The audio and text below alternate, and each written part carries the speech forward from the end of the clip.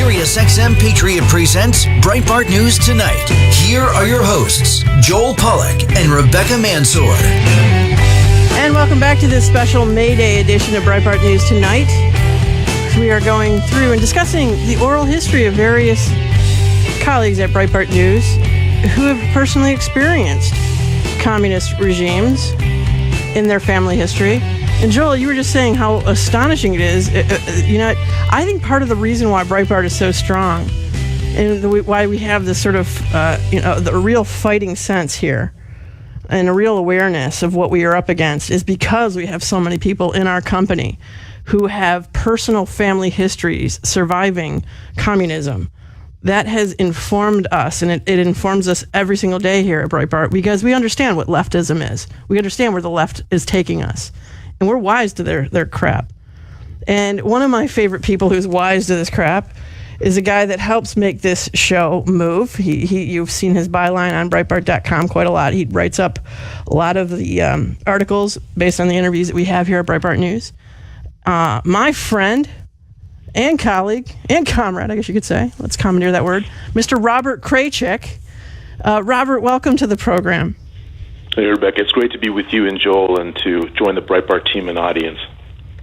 Now, Robert, you have an amazing family story, and I'm glad that we kept yours for the very end because let's talk about the birthplace of communism, which is the former Soviet Union, Russia.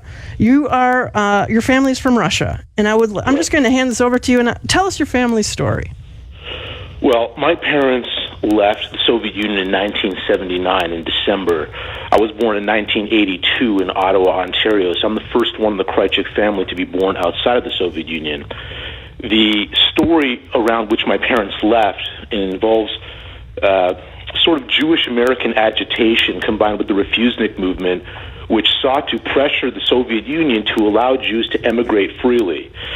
And one of the crucial pieces of this puzzle was what was called the Jackson-Vanik Amendment to, I think, what was called the Trade Act. And don't quote me on this, I think it was 1974. Should have looked this up before I came on the show. And the purpose of this act was to force the Soviet Union to allow free emigration of Jews by restricting certain economical benefits that would have been afforded to the Soviet Union, via most favored nation status and other things which would have allowed the Soviet Union to purchase more grain and other sorts of agricultural items to feed the people, because, as we know, communism doesn't really provide what it needs to sustain its own population. So given the Soviet Union's ability to produce food, it still wasn't succeeding, so it had to depend on imports, primarily from, I think, American corn at this point.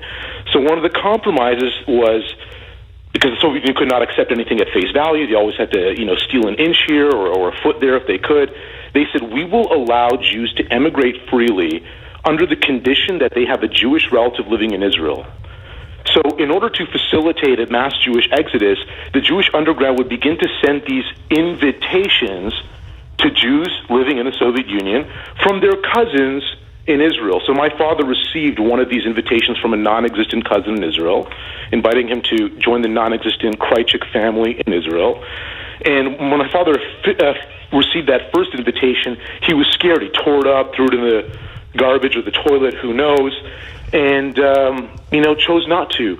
But within a year, he had made the decision to leave, and this is, I think, will be appreciated by the Breitbart audience. I was speaking with my father earlier today as a refresher for this, sort of prepare for this segment. He told me that one of the main reasons that he wanted to leave the Soviet Union was because he lived in an era of mendacity. Deceit was ubiquitous. I'll give you an example. My father was a professor at the time. His academic pedigree was engineering. So he was teaching at a vocational school in 1979. Now, this will sound familiar to people in the United States today. There was grade inflation going on. They were not permitted to fail students. Everyone had to have 99% graduation rate, right? Tractor production is up, comrades. The story is always great, even when things are failing. So when he would go to these academic conferences to meet with his other colleagues and professors, they would all speak about how great their performance was. And everyone knew that they were lying because, of course, not everyone can have the same performance. There are going to be all kinds of circumstances which might lead someone to have, let's say, a 70% graduation rate. Who knows? But they all were lying, and they lied year after year after year. And this was just in that one sphere. I mean, I'm only giving you one microcosm on it. Everyone was lying all the time about everything, except, of course, with people that you could be in trust with, your family, for example. So that was a main driver of his desire to leave, of course, including my mother at the time. And I'll make this one last point. I feel like one of the things that motivates us, I don't want to be too presumptuous and speak for you and Joel, but I think one of the things that compels us to fight this fight at Breitbart and doing what we do is that we feel like this sort of mendacity, the ubiquity of it, is encroaching upon us in the modern era. I turn on CNN, it's just all lies all the time. I open the New York Times, it's all lies all the time. This is becoming common, and it's scary. You know what? You make an excellent point. And one of the things that I've always loved about talking with you, Mr. Krajcik, is that we'll be having these conversations, we'll be like, oh, that's, and you'll just say it's so communist. And I look at you and I'm like, well, that's interesting that you mentioned that, because I just think of it, we'll be talking about Democrat politics and be like, oh, they're a bunch of communists. And I'm like, kind of laugh at you. But then I realize, because of your background, you understand where all of these ideas are leading to, and you just bottom line it, say it's communist. Because that's where they're, this is the end result of these stupid ideas that so many times that the progressives are embracing. And so it's not a huge leap for you to make that statement, where it would be for me, because I don't have that personal background.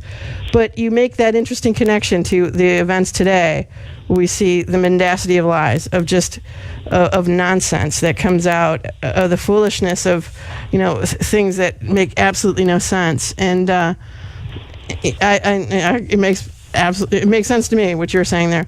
Let me ask you this: when you hear see these people, these young people that are embracing the communist chic, that talk about how, hey, that they describe communism in these wonderful terms. With your family's history, and you didn't even tell us even some of the other background in your family, what do you think about this? What do you remember? How do you feel about it? Well, I heard Maura a moment ago saying he was angry. I can't say I share that sentiment. It makes me sad. At the same time, I'm not going to resign. This fight is worth fighting. The future has not yet been written. I do believe in the power of truth. I think Joel might have shared this anecdote before. I know I shared it with you on the phone some time ago. The late Rebbe Schneerson told Benjamin Netanyahu, when Netanyahu was being selected some years ago to be Israel's ambassador to the United Nations, he went to Schneerson for guidance about what he was going to do. And Schneerson said, a small candle can illuminate a lot of darkness. He was speaking about the power of truth to undermine lies. So when I see young people, or anybody, even dinosaurs like Bernie Sanders, although I guess I don't really look, I shouldn't use him as an example. I believe that people's minds can be opened. I believe that the truth can set you free, and I know that the left fears this, because they would not be as obsessed as they are with censoring our dissident points of view, with controlling what is allowed to be said and expressed, if they didn't fear that we would win over hearts and minds with our positions, with our advocacy, with our philosophical statements. So it's sort of like Ernest Hemingway said, the truth has a certain ring to it. And I just think that if we can keep reaching more people, if we can increase our reach, we're going to be okay. So I don't want to surrender. It's upsetting. It's sad. No question. I understand why it's happening. We understand why the universities have become what they've become. We see the sort of consolidation of news media ownership and narratives that are associated with that, pushing those positions. But again, we've got the truth, and that's our greatest weapon. You mentioned CNN, and I just tweeted this because I saw it at the break in the last hour. Don Lemon had on a guy he's a radio host, doesn't matter where he is, but he basically joined Don Lemon in mocking Kanye West for saying that slavery is a choice. Kanye wasn't speaking historically. Obviously, slavery was not a choice for the slaves. Kanye West is talking about mental slavery, the idea that you are imprisoned by your own fate, by your own experience, by your own identity. And they're mocking that. They're laughing at that. And they don't have an answer to it. They weren't discussing the intellectual opposite of that argument, because there is none. They just laughed at it and mocked it and accused him, get this, of bad thought. What an Orwellian phrase. So you talk about the communist ideology infiltrating, and I'm not trying to sound like Joe McCarthy here, but essentially the same ethos permeates our popular culture, our mainstream media, and they're totally unaware of it. There's no sense of self-awareness about all this. And what you say just rings so true. Just turn on, if you want to expose yourself to this, CNN on any given evening, and it's kind of like the lingua franca of the Beltway elite that have enjoyed the fruits of capitalist society, that communism somehow is a superior way of living. Well, I actually watched that clip, Joel. I think that what you just described, this Don Lemon with, I don't know who, mocking Kanye West for saying slavery is a choice, they're decontextualizing what he's saying. You just cast it as he meant it. He was speaking about a state of mind. He clearly wasn't saying that slaves in America, black slaves in America, were choosing to live under those circumstances. So this technique of decontextualizing someone and then erecting this straw man and proceeding to hack away at it, it's just an example of that ongoing, endless, constant mendacity. But the good news is more people, I think, over time are becoming more critical of what they're hearing from people like Don Lemon, and they're trying to go to primary sources to see for themselves. So I learned many years ago not to just take, I'll use Don Lemon as an example. He's not been around that long. But Don Lemon, if he says that one person said X, Y, and Z, I don't take his word for it. I go to the primary source. I want to watch that video of the person who allegedly said what they might have said, or listen to the audio. And that's what you've done. That's what I've done. I hope more people will do that in general. And make up your own mind about who means what when they're saying that, rather than trusting a guy like Don Lemon to be your filter for what was said and what was meant.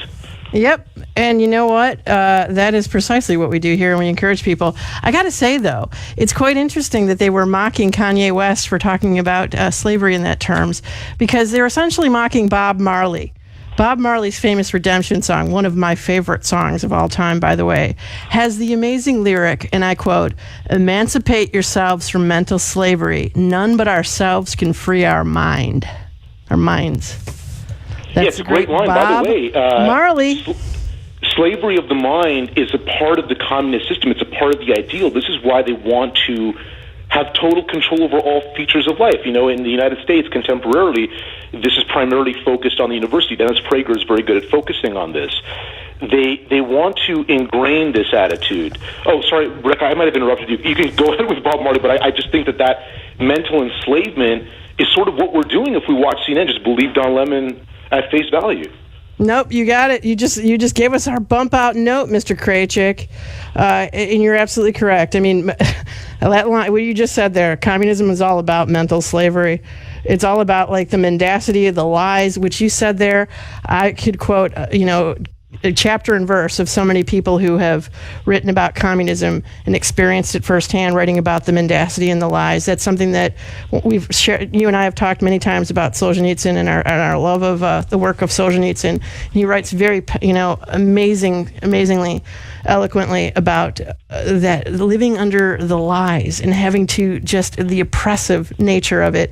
So, Mr. Krajcik, I want to thank you so much for coming on the show this evening and explaining to us your family history and giving us your perspective on this, on what communism is all about. So thank you so much. And